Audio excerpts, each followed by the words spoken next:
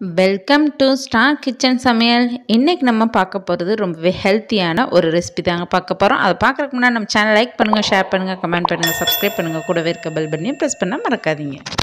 இன்றைக்கி நம்ம பார்க்க போகிற ரெசிபி பார்த்திங்கன்னா ரொம்பவே ஹெல்த்தியான உளுந்தம் பால் எப்படி செய்யலான்னு தாங்க பார்க்க போகிறோம். உளுந்தில் ரொம்பவே கால்சியம் சத்து ரொம்பவே நிறைய இருக்குங்க. அதனால் நம்ம எலும்பு சம்மந்தப்பட்ட எல்லா நோய்களும் குணமாயிரும். கைகால் முழங்கால் வலி, இடுப்பு வலி இது எல்லாமே நீங்கள் வாரத்தில் 3 நாள் இந்த உளுந்தம்பாலை செய்யும்போது அந்த பிரச்சனைகள்லாம் நீங்கிரும். கண்டிப்பாக இந்த ரெசிபியை நீங்கள் செஞ்சு பாருங்கள். எப்படி செய்யலான்னு பார்க்கலாம். இப்போ பார்த்திங்கன்னா நான் 50 கிராம் அளவுக்கு வெள்ளை உளுந்தை நல்லா வாஷ் பண்ணிவிட்டு நல்லா ஒரு 20 நிமிஷம் ஊற வச்சுருங்க. ஊற வச்சதுக்கப்புறம் அதை மிக்ஸி ஜாரில் சேர்த்து நல்லா கொரகொரப்பாக கிரைண்ட் பண்ணி எடுத்து வச்சுக்கோங்க. ரொம்ப மாவாட்டம் அரைக்க வேணாம். கொஞ்சம் கொரகொரப்பாக இருந்துச்சுன்னா நல்லா உளுந்தும் வெந்துடும். அதே மாதிரி நம்ம குடிக்கும்போது பார்த்திங்கன்னா அந்த உளுந்தோட இது ரொம்ப நல்லாயிருக்கும். ரொம்ப மையாக அரைச்சிட்டோம் அப்படின்னா ரொம்ப கூழ் மாதிரி கஞ்சி மாதிரி ஆயிரும். அதனால் கொஞ்சம் கொரகொரப்பாகவே அரைச்சிக்கோங்க. இப்போ பார்த்திங்கன்னா கொஞ்சம் தண்ணி சேர்த்து நல்லா நம்ம அதை மிக்ஸ் பண்ணிக்கிட்டோம். நம்ம தண்ணியில் மிக்ஸ் பண்ணலைன்னா கட்டி விழுந்துடும். அதனால் தண்ணியில் நல்லா மிக்ஸ் பண்ணதுக்கப்புறம் நீங்கள் எந்த பாத்திரத்தில் இந்த உளுந்தம்பால் செய்ய போகிறீங்களோ அதில் ஒரு 1/2 டம்ளர் அளவுக்கு தண்ணி சேர்த்துக்கோங்க. தண்ணியில் நீங்கள் கலந்து வச்சுருக்கக்கூடிய அந்த உளுந்து பேஸ்ட்டையும் நீங்கள் சேர்த்துட்டு நல்லா கைவிடாமல் மிக்ஸ் பண்ணி விடுங்க. ஒரு 5 நிமிட்ஸ்லேயே நல்லா திக்காயிரும் உளுந்து. அதனால் கைவிடாமல் நல்லா மிக்ஸ் பண்ணி விடுங்க. உங்களுக்கு திக்னஸ் ரொம்ப அதிகமாக இருக்கிற மாதிரி தெரிஞ்சிச்சுன்னா தண்ணி கூட நீங்கள் இன்னும் கொஞ்சம் சேர்த்துக்கலாம்.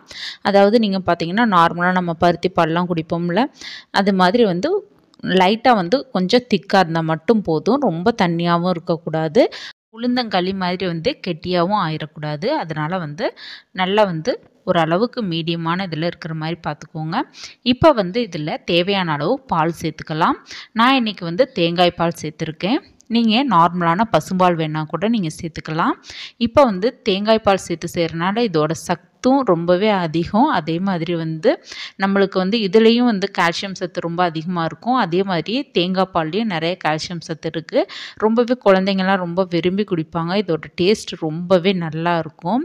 ஈவினிங்கில் நார்மலாக டீ காஃபிக்கு பதிலாக நீங்கள் இது மாதிரி செஞ்சு கொடுத்தீங்கன்னா ரொம்ப கொய்க்காமல் செஞ்சிடலாம். அதே மாதிரியே ரொம்ப டேஸ்ட்டாகவும் இருக்கும்.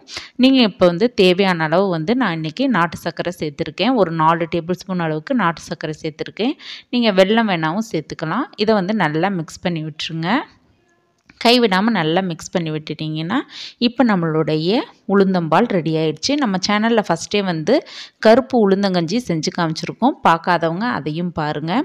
நம்ம சேனலில் செஞ்சுருக்கக்கூடிய கருப்பு உளுந்தங்கஞ்சி 1,00,000 வியூஸ்க்கு மேலே போயிருக்கு. அதுக்காக தான் நம்ம சேனலில் மறுபடியும் ரொம்பவே ஹெல்த்தியான இந்த ரெசிபியை செஞ்சு காமிச்சிருக்கோம். கண்டிப்பாக பார்க்காதவங்க அதையும் பாருங்கள்.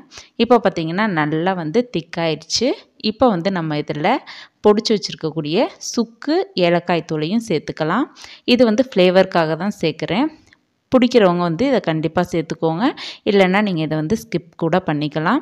இப்போ நீங்கள் இது எல்லாத்தையும் நல்லா மிக்ஸ் பண்ணி விட்டுட்டிங்கன்னா இப்போ நம்மளுடைய அருமையான ரொம்ப சத்தான உளுந்தம் பால் ரெடி ஆயிடுச்சு. கண்டிப்பாக இந்த ரெசிபியை நீங்களும் செஞ்சு பாருங்கள். செஞ்சு பார்த்துட்டு உங்கள் ஃபீட்பேக் கமெண்ட்டாக சொல்லுங்கள். தேங்க்யூ.